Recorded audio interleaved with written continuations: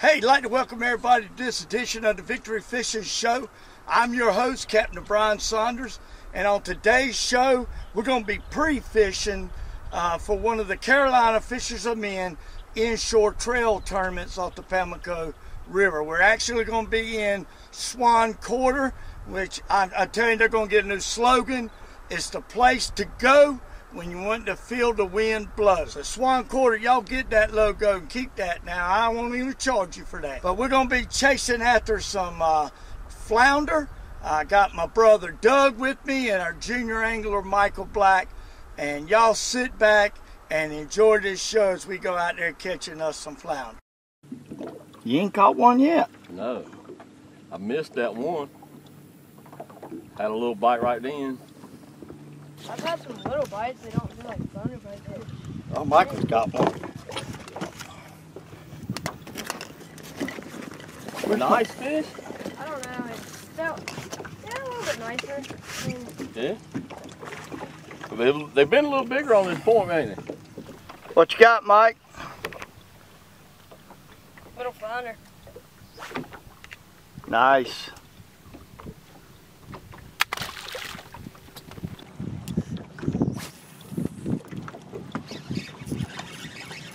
You didn't even set the hook on him either.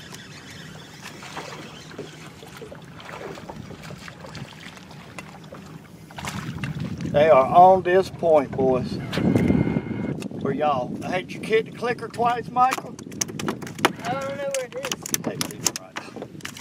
Remember, I needed a picture. How was that punt? Michael knows what a fulcrum point is. Go! He's got a nice one. I think he got a nice one. You got a nice one? Yeah, it's a huge one. Oh, okay. Listen to that bad boy. Oh! Man, they are not aggressively grabbing it, right? Here you go, Michael. Show the camera. He ain't much nicer, but he's a little bigger. Number 2, people. Number 2. He might be 12, 13. Got him on the whack 'em, stack 'em D minnow. 2 clicks. Good throw. I tell you what, that's all I'm good for. Cameraman. Cameraman and clicker. I'll click. I'm glad you good for something. I can get him. Oh yeah, nicer fish. Never mind. Smallest one yet. Double up. I thought it was huge. That's why we're getting all the ticks and not catching the fish right there. That's the smallest flounder I think I've ever caught. I'm gonna go back to a white and green and see if it's truly a colored change or is it just the location of where the fish are. It's something. Well, white don't work too bad either, boys. Is that thing running? Yeah. Hey boys, I think that's number 10 for me. Click that clicker. Woo! I switched over to the white and chartreuse, and they like that color too. I'm of the conclusion that it's the points. They're on the point. Like the backside of that point. Like off that point too. Hey, I mean, you'll pick 1 or 2 up, but that's where they're concentrated the most has been. And maybe that's just what we got to tell ourselves. Fish the point, you go. Fish the point, go. Fish the point, go. And just not, you know, we just got to do it. I believe, we talk about it and we don't really ever practice. Oh, hey, that seems like a red fish. It's a nice flounder. Look at that belly buster. He went to the purple. I told him. He went to the purple. Look at that belly buster in his mouth. I mean, he swallowed it. He wanted it. That's honestly one of the bigger ones we caught so far. Right. Where you get belly busters calling him some flounder today. Cars. He swallowed it. All right, guys. Belly buster down that mouth of that flounder. That's for you, Angelo. Purple shimmy, baby. That's sort of what we patterned. That darker color was working in this off water a little bit better. I mean, I caught a couple on the white and the chartreuse, but I ain't getting the bites that I got that I had on that purple and green. 15 inches on the nose. He's a keeper? Yeah, but I ain't gonna keep these. He came off the back side of that point. And you missed one on the outside of that other point, didn't you? Oh, missed one right there too. He was way off the bank. God, I think we're fishing too close to the bank. I ain't too sure that fish is straight out in front of the boat. He was off the bank too. I told you. See how far off the bank he was? Way off. Michael is flat out. He is too cool. I'm telling you, his boy can do it. Listen, ain't no big deal. He said, what's the big deal? He said, you've been saying they were off the bank. I threw it out there and let it sit behind the boat, let it drift, and what happens? I caught one. Okay. Oh, that's me. All right. What do you say, Michael? Thank you, Jesus. Tell you what, boys, going back to purple. I mean, I'm getting bits, but I ain't getting bits like I was getting. Bits? That's what you put in a horse's mouth. Have you clicked the clicker? Yeah. Oh, I think we're up to 16. I didn't see. That's all right, Michael. He fishes the back, the front. Yeah, I casted back. Bob Carver would have thrown him overboard by now. Yeah, but Bob Carver didn't catch fish I catch. I'm just saying. Now, did he? A lot of people are all about the numbers, but when there ain't no quality, that number ain't no good. That little jerk. Just saying. Yeah, I know what you're saying. There he is. Little nice fish? No. Oh my gosh. Croaker? That's a nice one. That's a big one. It's a pig fight. There he is. Black and the Stackle gets it all. Angelo. Looks like some of them crappie you've been catching. Yeah. Look at there. Pink old belly buster on that old croaker. That's all right. It's a... It was a tug. Gave me a hope that we were on some, might be on some fish. Is that a haze or is it raining over there? There he is. Ah, same thing. No, it's a It's a little flounder. Oh, not a flounder. We can't count that one, Doug. Oh! I pulled it out of his mouth on purpose. Yeah, I get that. We saw what it was, all 12 inches of it. It's off the bank too, bud. Maybe 10. Maybe 10. I'll go with that. I won't dispute that. That's within the realm of possible. That's within the error, margin of error. 11. You studied that, hadn't you? What? The margin of error, plus or minus 2. I know, plus and minus. It was 10 inches plus or minus 2. What would that mean? What's the min and max? 12. Max is 12. What's the min?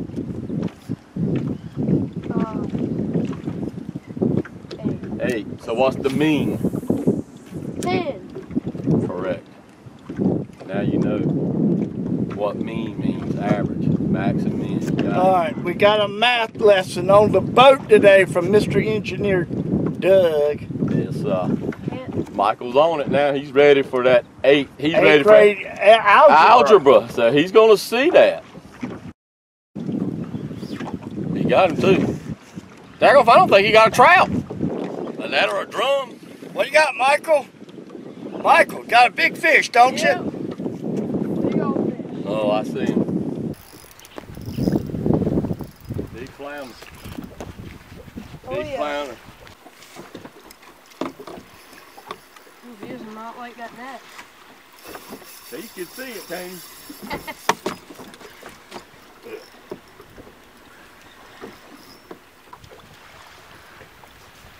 Y'all boys playing. I can't take you seriously at all. At all. We're in competition mode. Hey, don't break your rod. Get him back up here and put the brakes on him.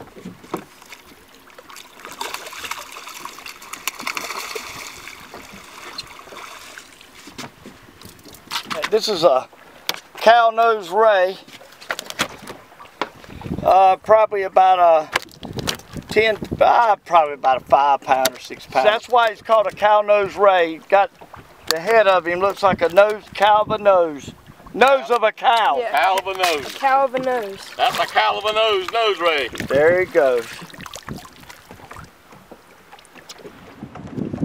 One flounder off this whole bank. Are you kidding me? I called him too, didn't I?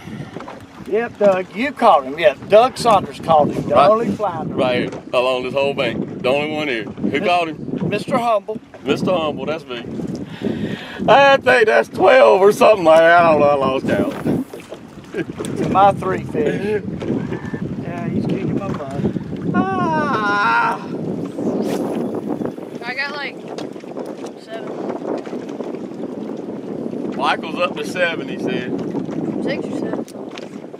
We are at 20 fish. What you got, Michael? Little flounder. Peeing? Yeah.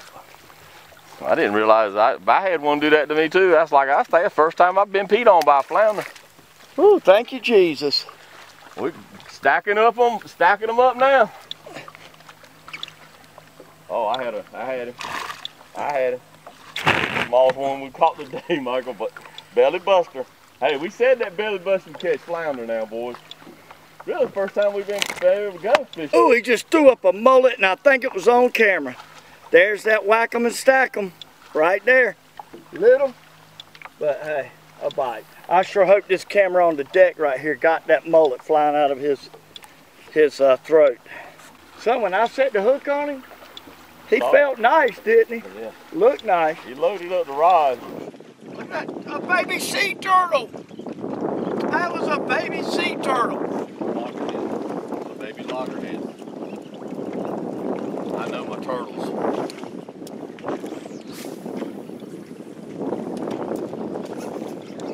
Up the tackle.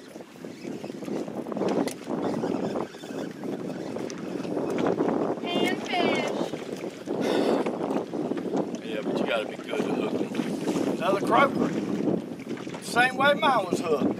Yeah, but he was smelling the hook, and the TFO guys, the TFO Professional Series, this little croaker came up there sniffing around. He didn't ever bite. I felt the sniff. And when I felt the sniff, it's so sensitive through this rod. I popped him one time, and I said, oh, I think I got him. And then it felt like a bite, but he was hooked the whole time. TFO is the only way to go. Whoa. Oh, you ain't gonna believe it. Oh, Hey, no. That's the best one I've ever done! I never hit the red button. Dang! Sorry, Charlie. Man, wasn't that good? But that's just a testimony to the quality of these TFO rods, the sensitivity and what they pick up. I just have to cut this camera off. We sure ain't catching no fish. Bring your audience up to speed. All right, let me bring y'all up to speed. Doug just put about a 15-inch flounder in the boat. I put a trout in the boat earlier, and the camera cut off. So we're coming down this bank that Doug said is going to be red hot. Red hot, he said.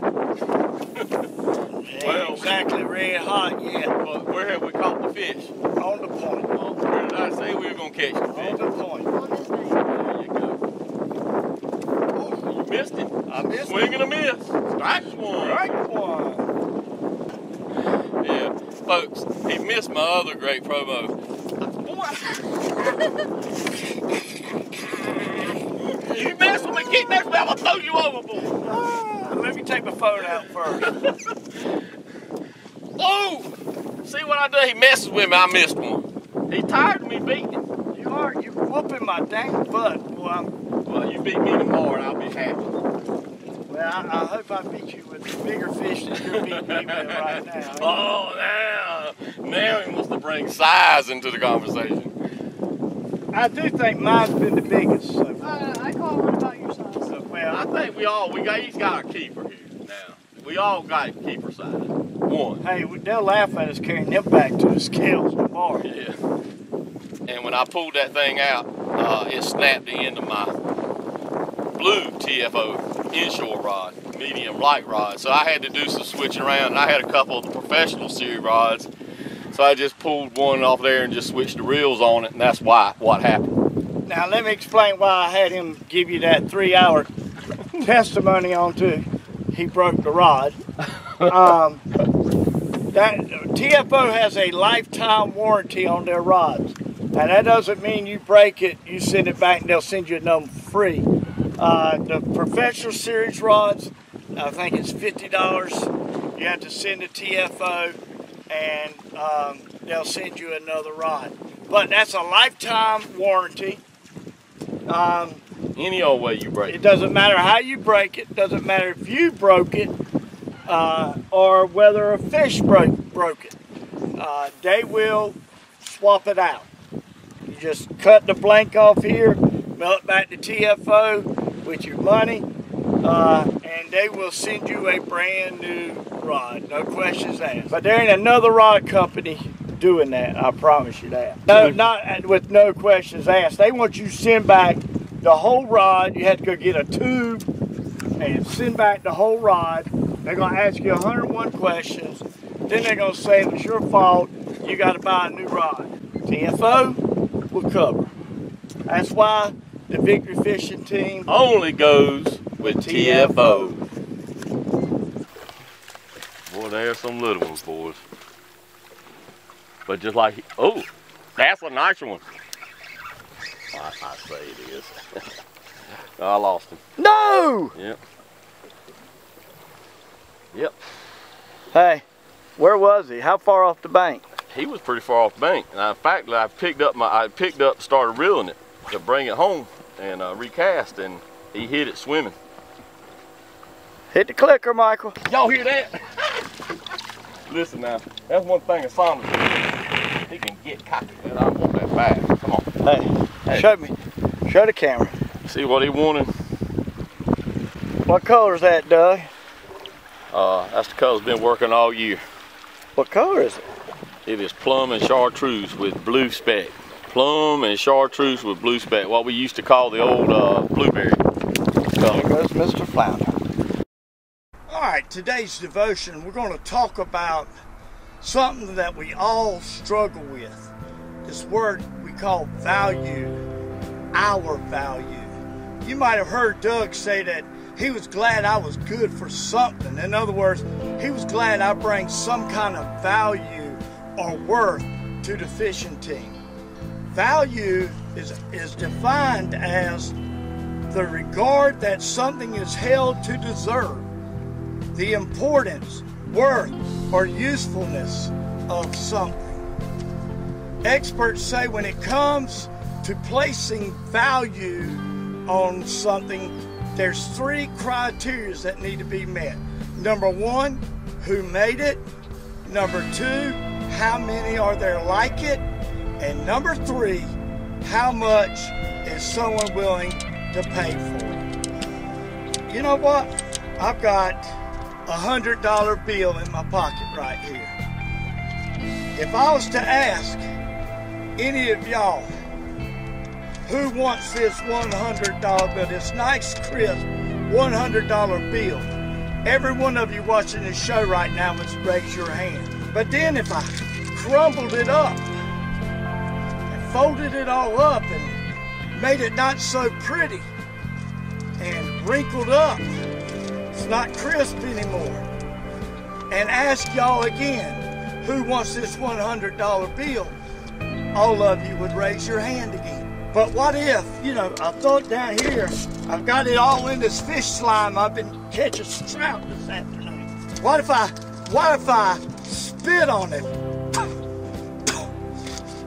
wad it all up again, and ask that same question? How many of us would want or take this $100 bill, and I would guarantee you, all of us watching would take this $100 bill. Why? Regardless of whatever I do to this $100 bill, whether I spit on it, whether I wad it all up, whatever you could do to this $100 bill, it holds its value, its worth is still worth $100. Well, folks, so it is with each one of us. Regardless of how clean we are, regardless of how dirty we are, regardless of how pressed our clothes may be or how wrinkled they may be, whether people spit on us or what, in God's eyes, we are priceless. We have to understand that our worth, our value, is not found in what others think about us. It's not found in what our bank account looks like. It's not going to be found in what our net worth is. No, our value, our worth, it's not found in the whats. It's actually found in the whos. Whose are we? Let's go back to the three questions. Who made us? If I go to Psalms 119, verses 73a, it says, your hands, talking about God's hands, made me and formed me. And then if we go to 139, verses 13 and 14. In 13 we see, for you, God, created my innermost being. You knit me together in my mother's womb. So who made us? God made us. And then we go to question number 2. How many are there like us? Well, verse 14 of 139 Psalms. I praise you because fearfully and wonderfully made. Folks, we are unique individuals. Each and every one of us have our own DNA. No one else has the exact DNA as us. We have our own unique fingerprints. Nobody in the whole world has the same fingerprints as you. We, again, are uniquely made. And then third, how much is someone willing to pay for us? Well, John 3:16 says, for God so loved the world that he gave his one and only Son, that whoever shall believe in him will not perish but have everlasting life. God so loved the world that he paid it all for us. He gave his Son to die on a cross so that we can have life with him. How much is God willing to pay for us? He paid it all. Folks, it's time to stop it. It's time to stop trying to create our worth and value in the eyes of man. Understand that you are a unique piece of art created by the greatest artist ever. Understand that you are amazingly valuable to God himself. We can only find our worth in what truly matters the most, and that is the love of God. He values you just as he made you, just as you are a child of his. Well, God bless you. Until next time, we'll see you on the water.